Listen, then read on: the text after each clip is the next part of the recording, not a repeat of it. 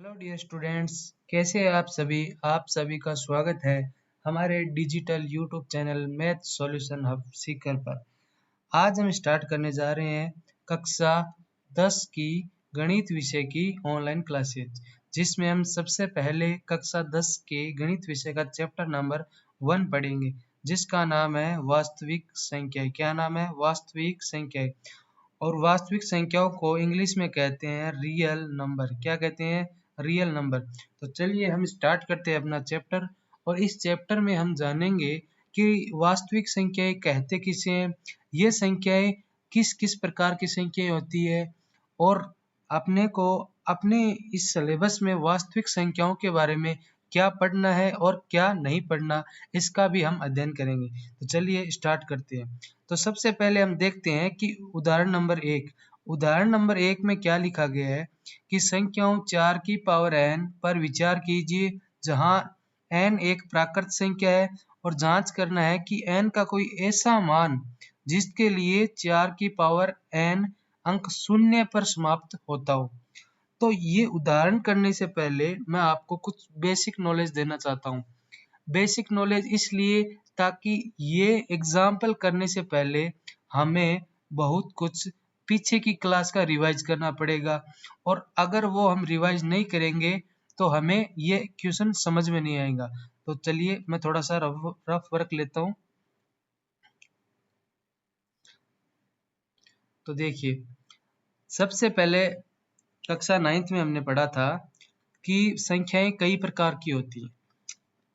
तो सबसे पहले मैं लिखूंगा संख्या। ये जो संख्या होती है ना, ये संख्या कितने प्रकार की होती है, पहले तो हमें ये देखना है कि ये संख्या कितने प्रकार की होती है। तो संख्या जनरली हम सबको पता है, संख्या होती है दो प्रकार की। एक का नाम है वास्तविक संख्या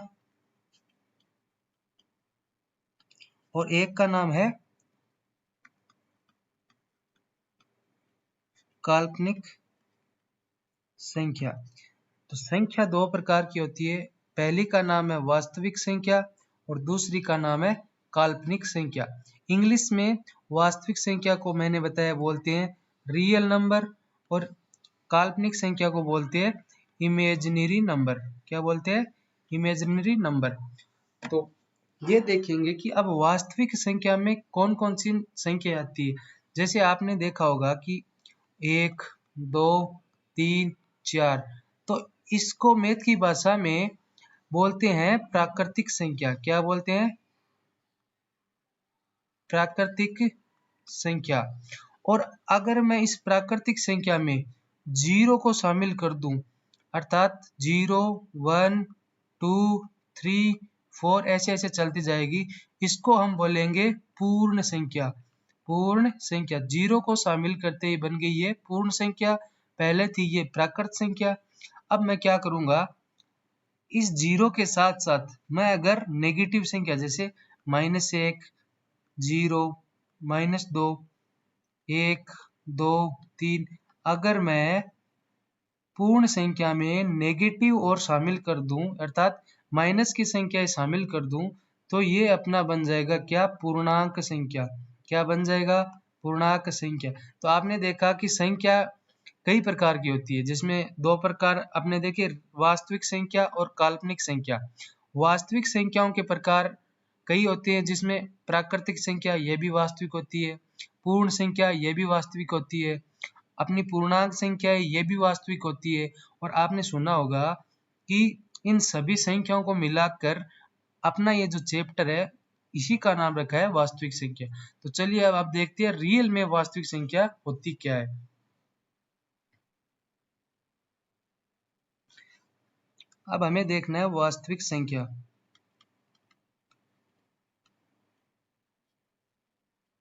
वास्तविक संख्या और एक मैंने बोली थी काल्पनिक संख्या। तो सबसे पहले ये देखो कि वास्तविक संख्याओं के भी दो प्रकार है। नंबर 1 परिमेय संख्या और नंबर 2 है अपनी अपरिमेय संख्या। और जो काल्पनिक संख्या है, इसके बारे में भी थोड़ा जान लो। काल्पनिक संख्या पहले तो कहते किसे? ऐसी संख्या है जिसका मान एक प्रकार का अलग मान हो और जिसकी कल्पना हमने अपने प्रमेय के आधार पर की गई हो, जैसे एक्स स्क्वायर प्लस 1 बराबर 0 है। अगर मैं इसको सॉल्व करूंगा तो एक्स स्क्वायर बराबर -1, क्योंकि ये प्लस का 1 इधर जाते ही माइनस का 1 हो गया। अब मैं इसका वर्ग खोलूंगा तो दोनों तरफ वर्ग करूंगा, तो वर्ग करूंगा तो इसका तो स्क्वायर हट जाएगा और इस पे क्या लग जाएगा, अंडर रूट लग जाएगा। तो ये जो अंडर रूट की संख्या है इसको परिभाषित करने के लिए एक सिंबल दिया जाता है जिसे बोला जाता है आयोटा, और ये आयोटा इसे ही बोलते हैं काल्पनिक संख्या। तो ये अभी हमने पढ़ेंगे, ये पढ़ेंगे हम अगली क्लासों में 11th 12th में। अभी हमें बस रियल नंबर पर फोकस करना है।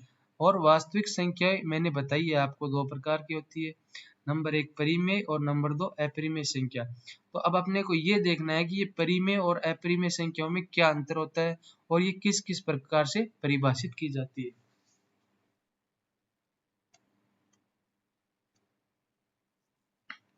तो अब हम देखते हैं परिमेय संख्या के बारे में। परिमेय संख्या, परिमेय संख्या किसे कहते हैं? तो अपन ने छोटी क्लासों में पढ़ा होगा कि ऐसी संख्या है जिसे हम अंश बट्टा हर के रूप में लिख सकें, अर्थात आज की भाषा में या बुक की भाषा में इसे बोला गया है P/Q।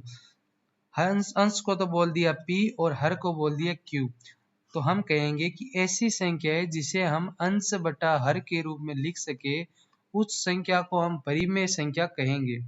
अब परिमेय संख्या की कई शर्तें होती है कि ये जो P/Q होता है, इसमें जो Q होता है वो कभी 0 के बराबर नहीं होना चाहिए, अर्थात कि जो नीचे Q का मान आएगा वो 1, 2, 3, 4 कुछ भी हो सकता है, पर 0 नहीं होना चाहिए। दूसरी शर्त है कि ये जो P और Q होते हैं ये दोनों हमेशा पूर्णांक संख्या होने चाहिए। क्या होनी चाहिए? पूर्णांक संख्या। अभी मैंने आपको बताया था कि पूर्णांक संख्याएं किसे कहते हैं? वे संख्या जिसमें नेगेटिव भी शामिल होते हैं वो होती है अपनी पूर्णांक संख्याएं। तो परिमेय संख्या किसे कहते हैं? सबसे पहले तो इसका सिंपल डेफिनेशन ये होगी कि वह संख्या जिसे अंश बटा हर के रूप में लिखा जाता हो, या जिसे हम कहते हैं P/Q के रूप में लिख सकते हो, और जिसमें Q कभी 0 के बराबर नहीं होगा। अगर Q 0 के बराबर हो गया तो वह कभी परिभाषित नहीं होगा। और P और Q हमेशा पूर्णांक होने चाहिए। और एक तीसरी शर्त और होती है कि जो ये P और Q होते हैं इनका HCF हमेशा 1 के बराबर होना चाहिए। तो 3 शर्तें हो गई। सबसे पहले वह संख्या P/Q के रूप में लिखी जानी चाहिए। नंबर 2, उस संख्या को कभी 0 के, ये जो अपनी Q होती है वो कभी 0 के बराबर नहीं होती। और नंबर 3 है कि उस संख्या का HCF हमेशा 1 होगा। संख्या मतलब, जैसे मैं उदाहरण के रूप में आपको समझाता हूँ। मैंने ले लिया 2। हाँ, आप 2 के नीचे अगर 1 लगाओगे तो ये आएगा तो 2 ही, पर 2/1 हम लिख सकते हैं। तो ये 2/1 अपनी परिमेय संख्या है।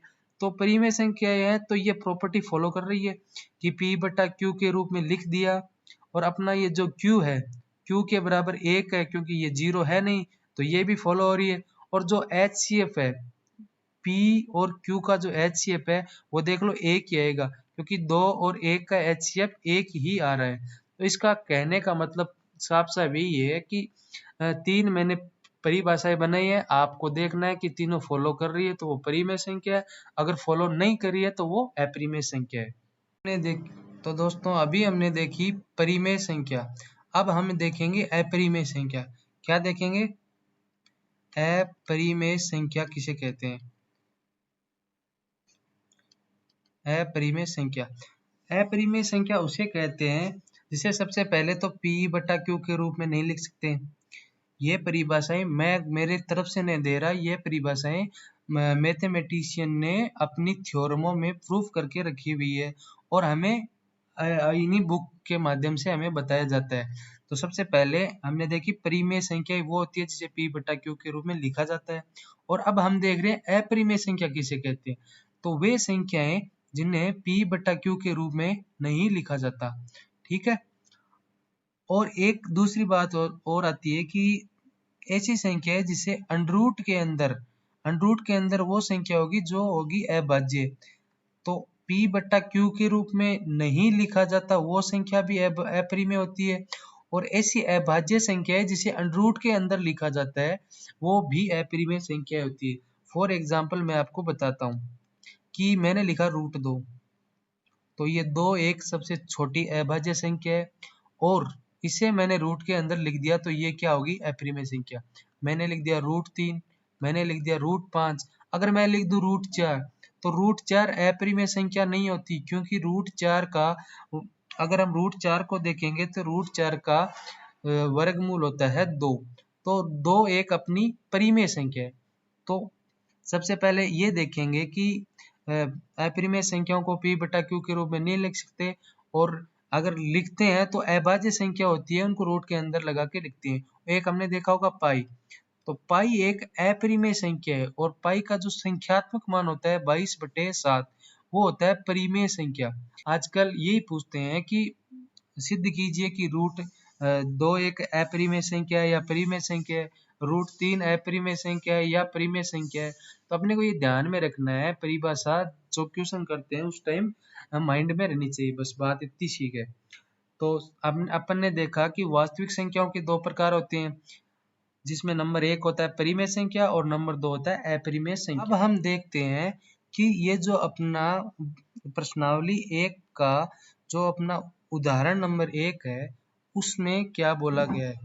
सबसे पहले ये देखते हैं कि अपने को दिया गया संख्याओं 4 की पावर n पर विचार करना है, और ये देखना है कि ये जो n है ना, n, इसकी जगह प्राकृत संख्या, अभी मैंने क्या बोला? प्राकृत संख्या मैंने बताया था, जो 1, 2, 3, 4 यहाँ से चलती है, वो होती है प्राकृत संख्या। तो इनका मान हमें देखना है कि n की जगह ऐसे कौन से मान रखे जिसके लिए इसका जो लास्ट का अंक है शून्य आना चाहिए। शून्य का मतलब, जैसे मैंने लिख दिया 40, तो 40 का जो लास्ट का अंक है वो 0 पे समाप्त होता है। जैसे मैंने लिख दिया 50, 50 का जो लास्ट का अंक है वो 0 पे समाप्त होता है। इसी प्रकार 4 की पावर मैं कितनी करते जाऊं, 4 की पावर 2, 4 की पावर 3, ये मैं कितने करते जाऊं कि लास्ट का अंक क्या हो? 0 पे समाप्त हो। ठीक है, तो ये हमें देखना है, और ये देखने का तरीका होता है, या एक नियम मान लो कि मैंने लिख दिया कि अगर मेरे को किसी संख्या को देखना है कि वो 0 पे समाप्त होगी या नहीं, उसके लिए थ्योरम बनी हुई है कि यदि आपकी संख्या में 2 की पावर n इंटू 5 की पावर m के रूप में कोई संख्या बन रही है, तो वह 0 पे समाप्त होगा, अन्यथा नहीं होगा। मैंने लिखा एग्जाम्पल के लिए 10, तो आपको क्या पता चलेगा कि ये 10 में 2 और 5 आएगा या नहीं आएगा? ये हमें पता चलेगा अभाज्य गुणनखंड से। तो मैं चलो इसका अभाज्य गुणनखंड करता हूँ। मैंने दिया 2 का पहले भाग, कितनी गया? 5 बार। फिर मैंने दिया 5 का, कितनी बार गया? 1 बार। ठीक है, फिर 1 1, तो इसका 10 का अभाज्य गुणनखंड क्या आया? 2 इंटू 5 आ गया ना। तो कहने का मतलब ये 2 की पावर n इंटू 5 की पावर n m का रूप बन रहा है। तो n की जगह पावर 1 मान लो, m की जगह पावर 1 मान लो। तो मैं ये कह सकता हूँ कि ये जो 10 है वो 0 पे समाप्त होता है। तो इसी प्रकार ये थ्योरम क्या बोली अपने को, या ये उदाहरण ये पूछ रहा है कि 4 की पावर n में आप n का कोई भी मान रखो, वह 0 पे समाप्त होगा या नहीं होगा, ये हमें चेक करना है।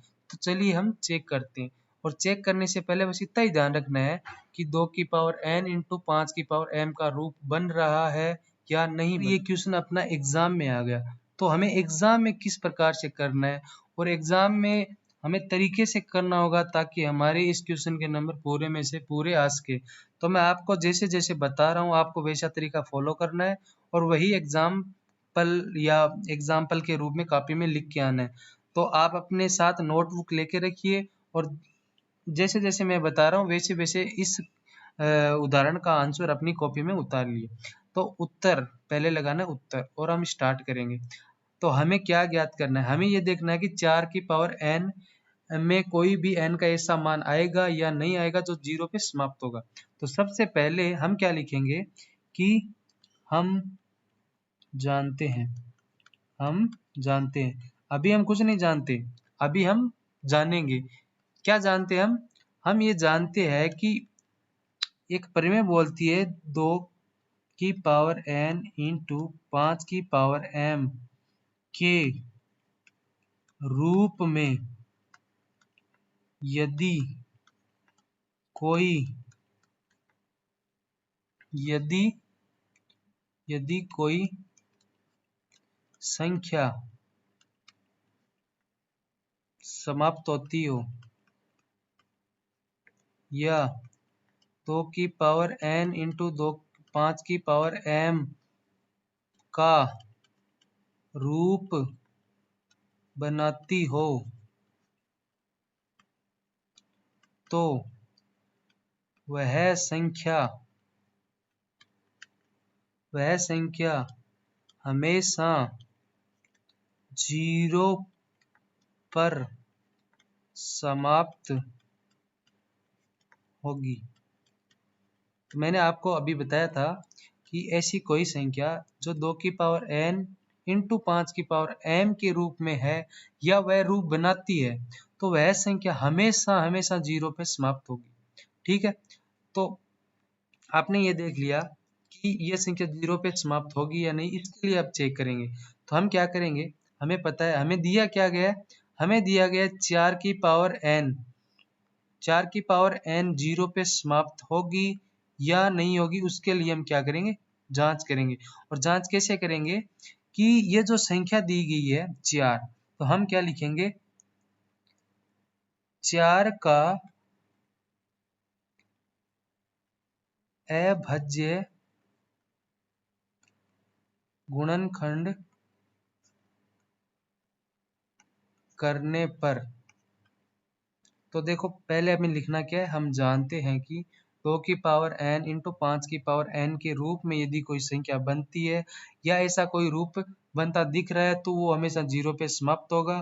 फिर लिखना है कि 4 की पावर n का हमें कोई मान चेक करना होगा और फिर लिखना है 4 का अभाज्य गुणनखंड करने पर। अब हम 4 का अभाज्य गुणनखंड करेंगे और चेक करेंगे कि यह संख्या 0 पे समाप्त होगी या नहीं होगी। तो देखते हैं, मैं मिटा देता हूँ, आपने लिख तो लिया होगा और साथ साथ में कॉपी पेन लेके बैठे और लिखते रहे ताकि आपको भी साथ साथ में समझ में आता रहे। अपने को क्वेश्चन को रटना नहीं है, अपने को क्वेश्चन को क्या करना है, समझना है।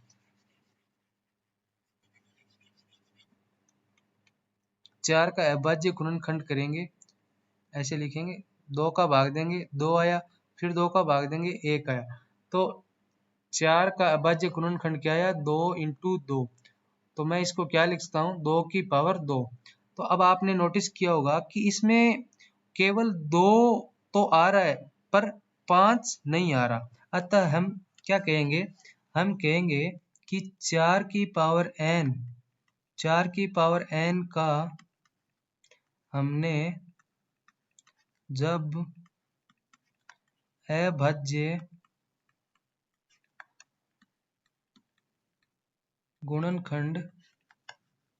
गुणनखंड किया तो हमने देखा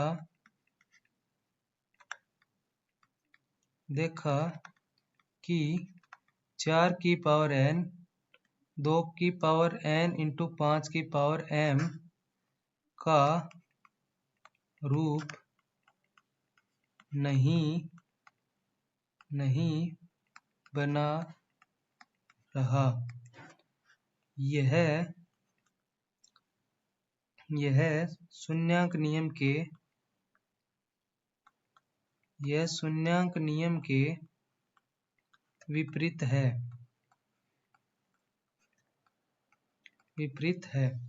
तो इतना लिखने के बाद हमें यह कहना है कि 4 की पावर n कभी भी 0 पे समाप्त नहीं होगी। तो सबसे पहले आपने क्या देखा, आपने ये देखा कि 2 की पावर n इंटू 5 की पावर m का रूप तो बनना ही चाहिए, जिसमें ये रूप जिस संख्या में बनता है वही संख्या 0 पे समाप्त होगी, अन्यथा कोई संख्या 0 पे समाप्त नहीं होगी। और बाकी ये है कि इस क्वेश्चन को केवल इतनी सी थ्योरी में लिख के 2 नंबर का क्वेश्चन है और आपको 2 नंबर आराम से मिल सकते हैं।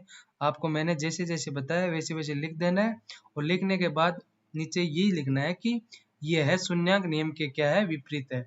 और सॉरी मैं आपको बताना भूल गया कि 2 की पावर n इंटू 5 की पावर m नियम को ही शून्यांक नियम बोलते हैं। तो हम देखते हैं अपना उदाहरण नंबर 2। अपनी बुक का उदाहरण नंबर 2 क्या बोलता है कि संख्याओं 6 और 20 के अभाज्य गुणनखंड विधि से एचसीएफ और एलसीएम ज्ञात करने। तो सबसे पहले हमें पता होना चाहिए कि 6 का अभाज्य गुणन क्या होता है और 20 का अभाज्य गुणनखंड क्या होते हैं। तो मैं आपको बताऊंगा कि आपको अपनी उत्तर पुस्तिका में ये क्वेश्चन कैसे करके आने। तो सबसे पहले हम क्या लिखेंगे, दी गई संख्याएं 6 और 20 जिनका जिनका अभाज्य गुणनखंड निम्न निम्न प्रकार है। तो सबसे पहले देखिए कि 6 का अभाज्य गुणनखंड। 6 का अभाज्य गुणनखंड कैसे करते हैं, पहले मैंने 2 का भाग दिया, कितनी बार गया 3 बार, 3 का दिया कितनी बार गया 1 बार। तो 6 का अभाज्य गुणनखंड क्या आया 2 इंटू 3। फिर मैंने इसी प्रकार 20 का अभाज्य गुणनखंड निकाला।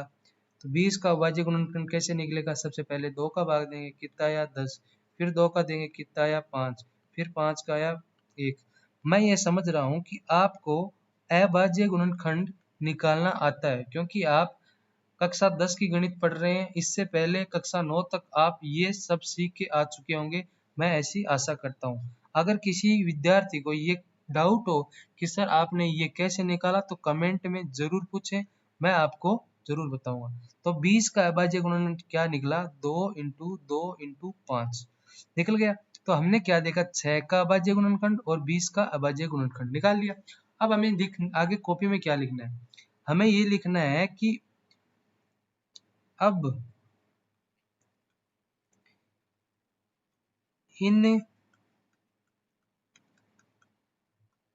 गुणनखंड के माध्यम से HCF व LCM ज्ञात करना है। क्या करना है, ज्ञात करना है। तो आप अपनी कॉपी में अच्छे अच्छे अक्षरों में ऐसे लिखेंगे कि दी गई संख्या 6 और 20 जिनका अभाज्य गुणनखंड निम्न प्रकार है। पहले मैंने 6 का अभाज्य गुणनखंड किया, आपको इसी प्रकार करके इसके आगे ऐसे लिखना है। फिर आपको 20 का अभाज्य गुणनखंड करके इसके आगे ऐसे लिखना है। और फिर लिखना है अब इन गुणनखंड के माध्यम से HCF एवं LCM हम ज्ञात करेंगे। वो अब मैंने आपको ये बताया कि 6 का आया 2 इंटू 3 और 20 का क्या है आपने 2 इंटू 2 इंटू 5। अब देखो सबसे पहले होता है HCF। HCF को हिंदी में बोलते हैं महत्तम समावर्तक पूर्णांक और इंग्लिश में बोलते हैं हाईएस्ट कॉमन फैक्टर। उसी प्रकार LCM को हिंदी में बोलते हैं लघु समावर्तक पूर्णांक और इंग्लिश में बोलते हैं लीस्ट कॉमन फैक्टर। तो अपने को ये देखना है कि HCF कैसे ज्ञात करते हैं। HCF क्या होता है कि HCF होता है महत्तम मतलब कॉमन, सब में से हाईएस्ट कॉमन कौन सा है। तो मैंने देखा इसमें 2 है, इसमें भी 2 है, तो एक तो अपने 2 कॉमन हो गया। अब इसमें 2 है, इसमें 2 नहीं है तो कॉमन नहीं आएगा। इसमें 3 है, इसमें भी 3 नहीं है तो कॉमन नहीं आएगा। 5 इसमें है पर इसमें नहीं है। तो अपन ने देखा कि HCF का मतलब होता है हाईएस्ट कॉमन फैक्टर। तो हाईएस्ट कॉमन इसमें अपने को मिला केवल 2। तो मैं क्या लिखूंगा कि 6 और 20 का HCF क्या होगा 2। और अब देखेंगे एलसीएम के बारे में। एलसीएम का मतलब होता है लघु समावर्तक पूर्णांक, मतलब लीस्ट कॉमन फैक्टर। मेरे को ये देखना है कि सबसे सबसे ज्यादा घात किस में आती, किस में आ रही है, या अपने को देखना है। जैसे मैंने देखा कि इसमें 2 की पावर 1 है, इसमें 2 की पावर 2 है, तो मेरे को लेना क्या है अधिकतम घात, मतलब सबसे ज्यादा वाला।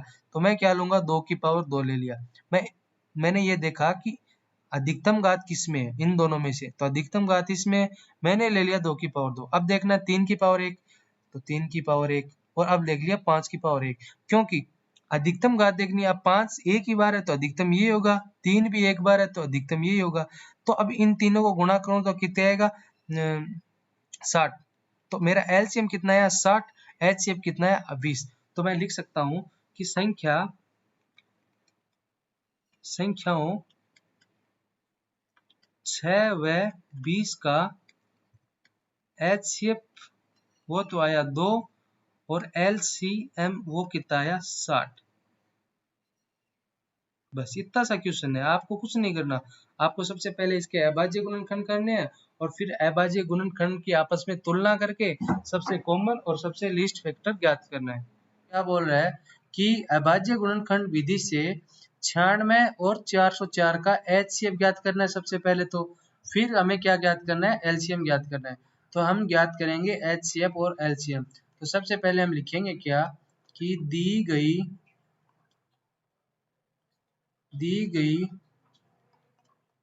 गई संख्याओं 96 और 404 96 और 404 का अभाज्य गुणनखंड निम्न प्रकार है। तो सबसे पहले हम क्या करेंगे, इन दोनों का अभाज्य गुणनखंड ज्ञात करेंगे।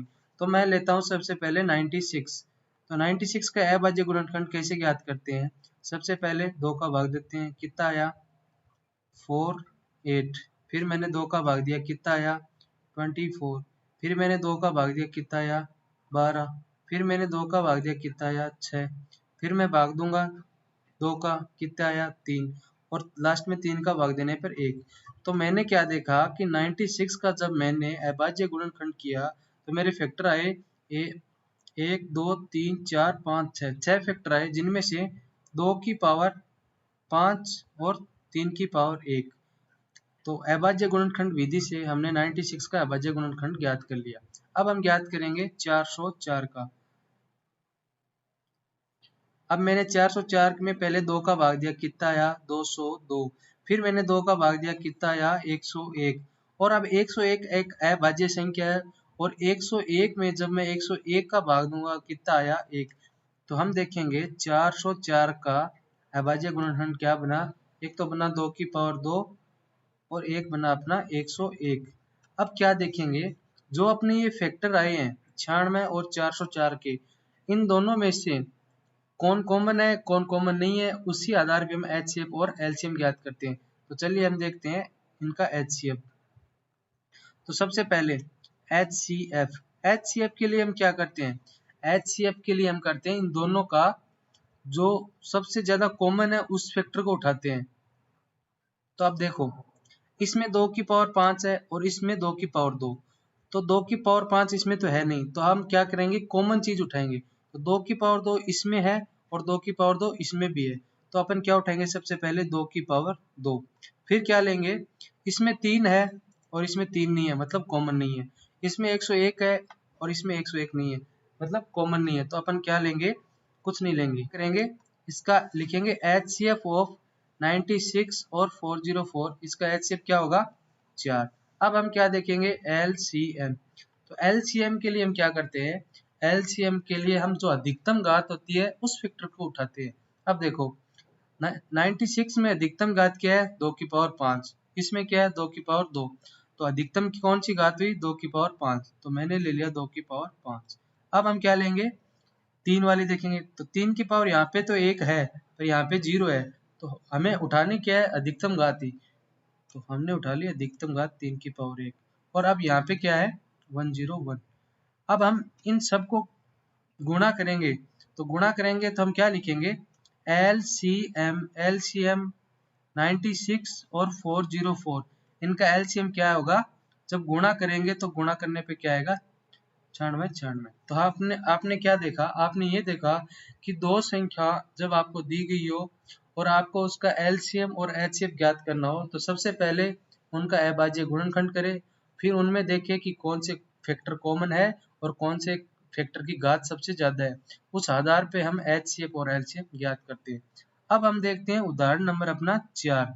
अपने उदाहरण नंबर 3 देख लिया, अब हम क्या देखेंगे, उदाहरण नंबर 4। अपनी प्रश्नावली 1.1 में केवल 4 ही उदाहरण है और इन 4 उदाहरणों के माध्यम से हम प्रश्नावली 1.1 के सभी क्वेश्चन 1 बाय 1 करेंगे। सबसे पहले अपन क्या करेंगे, उदाहरण खत्म करेंगे। अपना यही शेड्यूल रहेगा कि हर प्रश्नावली के सबसे पहले तो अपन उदाहरण करेंगे और उसके बाद उस प्रश्नावली के क्या करेंगे, क्वेश्चंस करेंगे। चलो अपना उदाहरण नंबर 4 क्या बोलता है कि संख्याएं 6, 72 और 120 इनका अभाज्य गुणनखंड करना है, फिर उसके माध्यम से क्या ज्ञात करेंगे, एचसीएफ और एलसीएम। तो अपन क्या करेंगे, सबसे पहले वही लिखेंगे क्योंकि हमें कॉपी में अच्छा अच्छा लिखना है ताकि अपने 2 में से 2 नंबर पूरे आए। तो हम क्या लिखेंगे, दी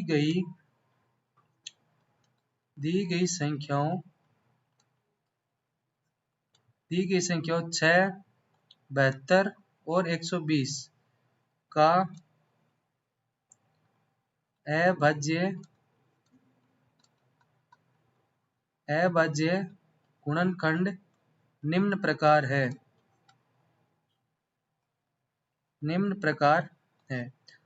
तो सबसे पहले अपन देखेंगे 6 का अभाज्य गुणनखंड। 6 का अभाज्य गुणनखंड देखने के लिए पहले मैं दूंगा 2 का भाग, कितना आएगा 3। फिर दूंगा मैं 3 का भाग, कितना आएगा 1। तो मैं यहाँ पे लिखूंगा 6 का अभाज्य गुणनखंड 2 × 3, या आप पावर के रूप में भी लिख सकते हो। फिर मैं देखूंगा अभाज्य गुणनखंड 72 का, मैंने 2 का दिया, कितना आया 36। फिर मैंने 2 का दिया, कितना आया 18। फिर मैंने 2 का दिया, कितना आया 9। फिर मैं 2 का तो इसमें जाएगा नहीं, 3 का दूंगा, कितना आया 3, और 3 का पूरा पूरा जाएगा। तो देखेंगे 72 का अभाज्य गुणनखंड क्या हुआ, तो 2 की पावर 1, 2, 3, क्योंकि 2 की पावर 3 आएगी, 2 की पावर 3। फिर देखूंगा 3 की पावर 2। तो अपने 72 का अभाज्य गुणनखंड आया 2 की पावर 3 × 3 की पावर 2। अब मैं क्या देखूंगा, 120 का, तो पहले मैं दूंगा 2 का भाग, कितना आया 60। फिर मैं दूंगा कितने का भाग, 2 का वापस, कितना आया 30। फिर मैं दूंगा कितने का भाग, 2 का, फिर वापस कितना आया अपना 15। अब की बार मैं दूंगा 3 का भाग, तो कितना आया 5। अब वापस 5 का भाग दिया, कितना आया 1। तो अपन ने क्या देखा, 120 का अपना जो अभाज्य गुणनखंड आया वो 2 की पावर 1, 2, 3, 2 की पावर 3, फिर 3 की पावर 1 और 5 की पावर 1। तो अपन ने क्या किया, सबसे पहले तीनों संख्याओं का क्या ज्ञात किया, अभाज्य गुणनखंड। अब हम क्या देखेंगे, अब देखेंगे कि इन अभाज्य गुणनखंड के माध्यम से एचसीएफ कैसे निकालेंगे और एलसीएम कैसे निकालेंगे।